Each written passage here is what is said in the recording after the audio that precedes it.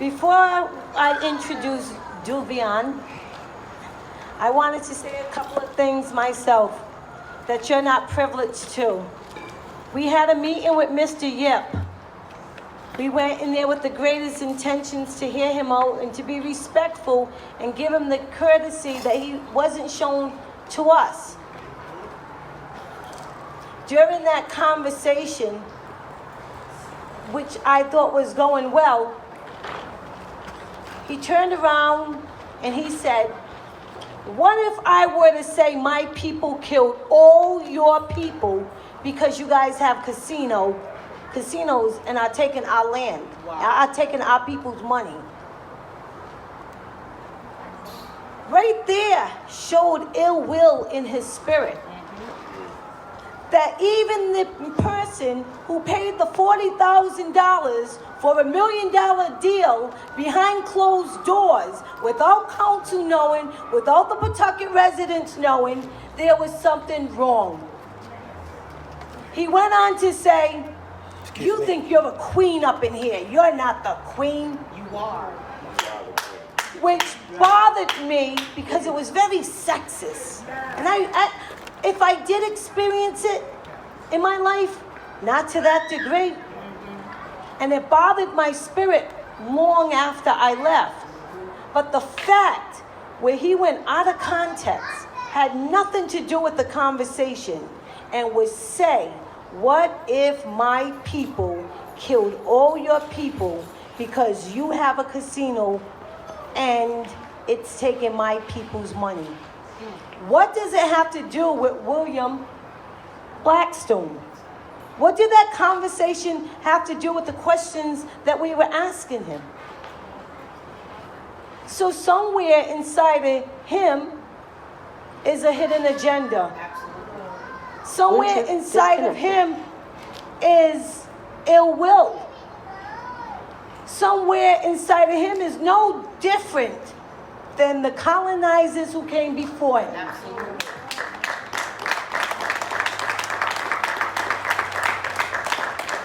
I don't know him personally, but I respect his culture, I respect his people, and I expect him to do the same for us.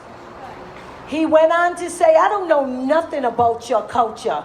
Hey, I don't even know nothing about mine. That's why I make the decisions the way I make them. The arrogance that was in that room told a lot about the man. But I heard nothing but good things from some people about him. He owns a restaurant, I see him all the time. But that's all I heard. He owns the Apex building. That's all I heard. But I don't know what he does out in the community, because I always felt that if wealthy people pay their taxes, then they don't have to be these little philanthropists owing a couple of dollars. Right? Pay your taxes.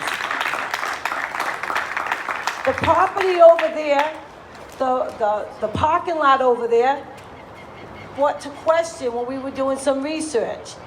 It says that the town of Pawtucket paid $0 for that parking lot. $0. Okay, well, that could have been donated to them. It could have been a form of escheat.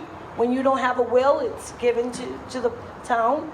But that wasn't the case, because that same property was given to Mr. Yip for $0. So how does that happen? There's a lot of things that you residents need to wake up and realize. And you have the power to make the difference.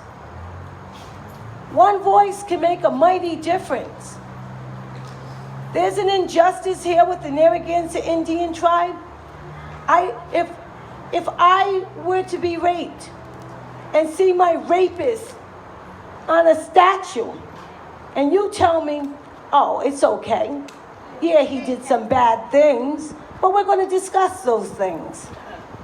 We're going to find out exactly what was good about him and what was bad about him, but we're going to keep it there." That's what you're doing. Because they raped, they murdered, and these priests That you think that everyone who wears a collar is a good person? Well, ask the young altar boys if they're good people. And I'm not going after all priests and all ministers, because there's a lot of good ones out there. But there were also a lot of bad ones. Why don't you ask the little tiny indigenous babies that they just found in mass graves? 7,000 and still counting, just recently. They weren't put in there because there was a disease. They were dismembered. And guess what? It was Christian priests and ministers and schools and churches that were responsible for it. This man, William Blackstone, he has 200 books.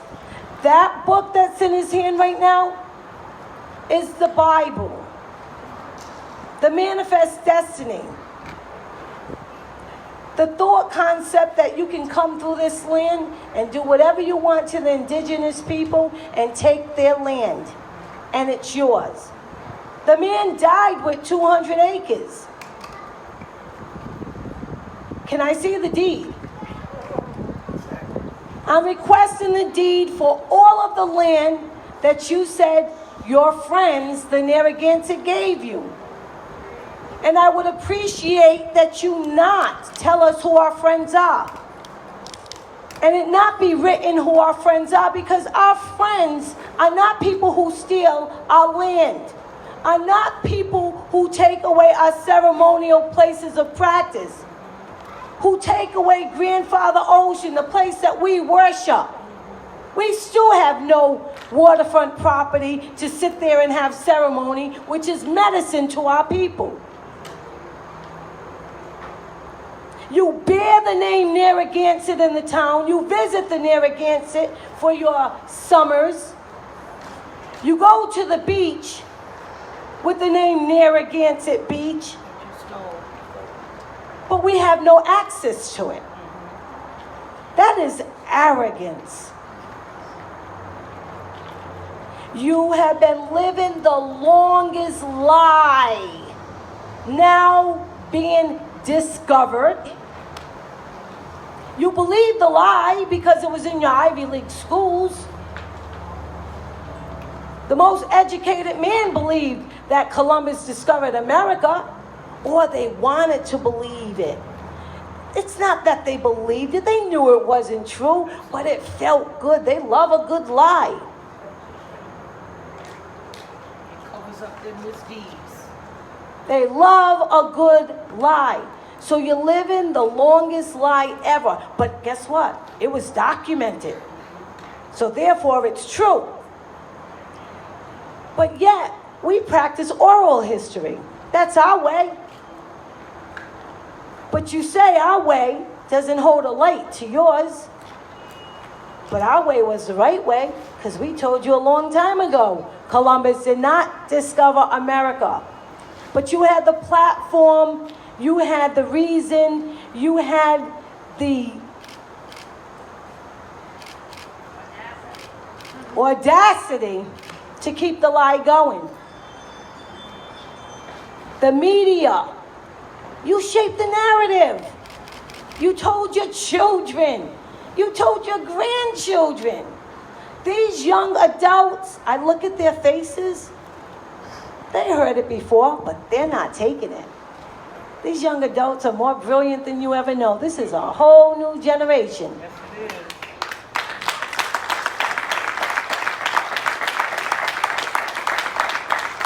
And any bit of knowledge that I have earned or gathered over my years, I wish to share, because my seasons are going to end soon. And I have to share it with my children, my grandchildren, my great-grandchildren, the 7 generations after me. I have that responsibility. The youngest one, can you come up here, Ivy? The youngest one, my nieces, come up here. I'm responsible for the next generations. I cannot tell my grandchildren lies. My my nieces, my grandchildren, they have to hear the hard truth, and it's never too early to tell them the truth. That's right. No matter how hard it is, the truth is necessary. We didn't have the luxury of penning everything down because we were too busy trying to escape the genocide that was committed on us. We were too busy trying to hide from the murderers and the rapists. We were protecting this. This is what we were protecting.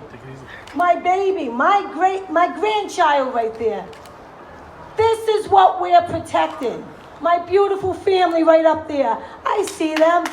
And it makes me so proud that we are here today because we are the seeds of this land. So when you dig up our ancient burial grounds in your parking lot in the Providence Place Mall and flip them over and simply say, oops, I'm sorry, and keep on going. When you flip over our ancient burial grounds under Taylor Swift's land, which she does, I'm sure she doesn't know. She's a sweet young girl. Sorry, young ladies. But it's truth.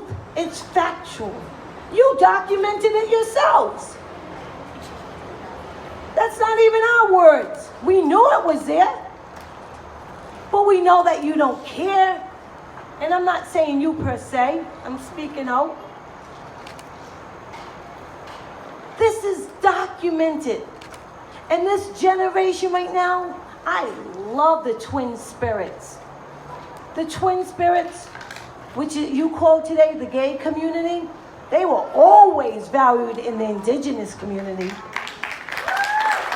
Always. They decided if we were going to have war or if we were going to have peace. They were that medium. They balanced us.